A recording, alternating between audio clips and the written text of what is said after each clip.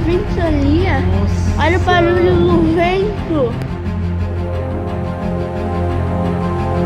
As tempestades severas de 5 de junho de 2016 foram um marco em Campinas. A surpresa veio porque o Brasil não é um país com tradição em eventos extremos. Mas a situação não ficou no passado e pode se repetir, e ser ainda pior, de acordo com a vulnerabilidade de cada local.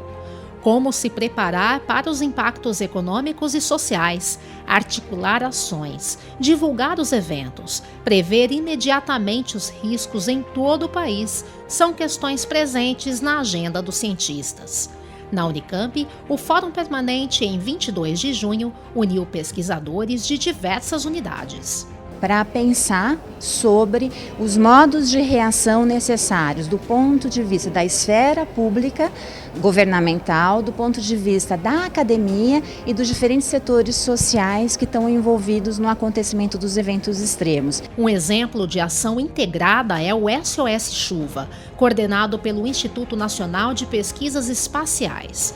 O sistema faz previsão imediata sobre eventos extremos em curtos períodos de tempo. A informação chega à sociedade, à Defesa Civil e centros meteorológicos por meio de um aplicativo. Nós temos inúmeros artigos internacionais que foram publicados apresentando novas técnicas e a questão de colocar em prática a operação. Não existe ainda um centro que fique, porque isso é 24 horas, que fique 24 horas fazendo. O que nós estamos fazendo é colocar o próprio CPTEC fazendo, apesar do CPTEC, ele não teria essa função porque ele é um centro federal, a previsão imediata tem centros regionais. Como se antecipar em ações de resiliência em espaços urbanos como Campinas, considerando o equilíbrio entre gestão de risco e desenvolvimento sustentável? O desafio está lançado. Nós precisamos muito sempre de termos estruturas permanentes, estruturas 24 horas à disposição da sociedade. O SOS Chuva foi uma grande ferramenta, demonstrou a necessidade, a importância dessa ferramenta para toda a região e ela deve permanecer.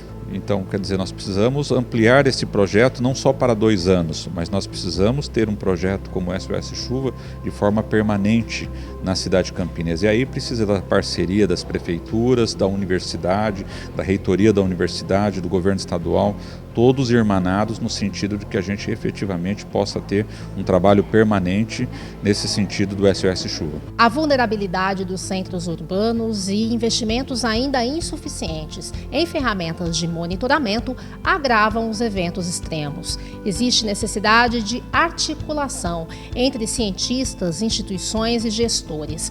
A Unicamp, por exemplo, prevê a criação de um centro regional de prevenção de desastres.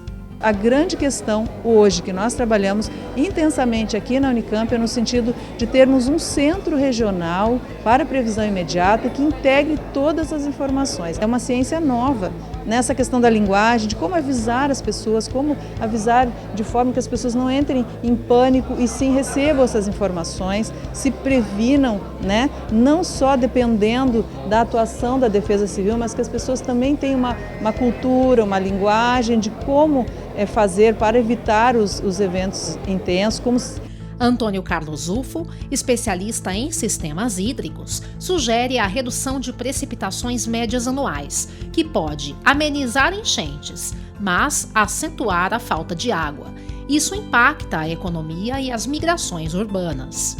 Sabendo desse comportamento, e ele é mais ou menos previsível, então nós conseguimos nos organizar antecipadamente antes que eles ocorram, ou quando eles ocorrerem nós estaremos mais preparados. Deve ser feita uma matriz para definir quais as responsabilidades de cada entidade. E essas informações elas são geradas em diferentes áreas do conhecimento. E o interlocutor da divulgação dos eventos extremos?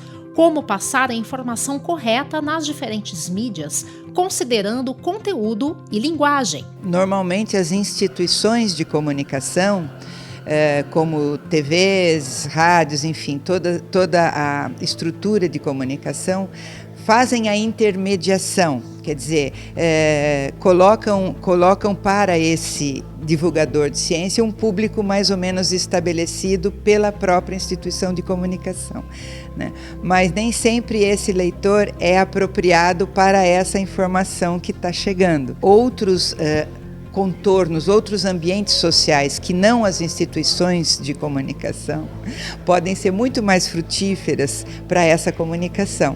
Então, tudo que for mais aproximado, por exemplo, comunidades menores, regionais, instâncias em que pode ser até pela própria internet, mas instâncias próprias, onde os interlocutores possam compartilhar uma memória, uma mesma memória, que pode acatar conteúdos novos que vão chegando, por exemplo, conteúdos de eventos extremos, já dentro de uma conversa já iniciada em pequenos grupos. Muito melhor isso do que uma comunicação massificada em grande escala e que, na verdade, é superficial e não atinge ninguém de fato. Força pra lá, hein? Não, velho, por isso que eu falo, aquilo lá já é chuva, pode ligar o número 2 aí do seu ligador que o negócio vai ser feio. Tá mais de meia hora,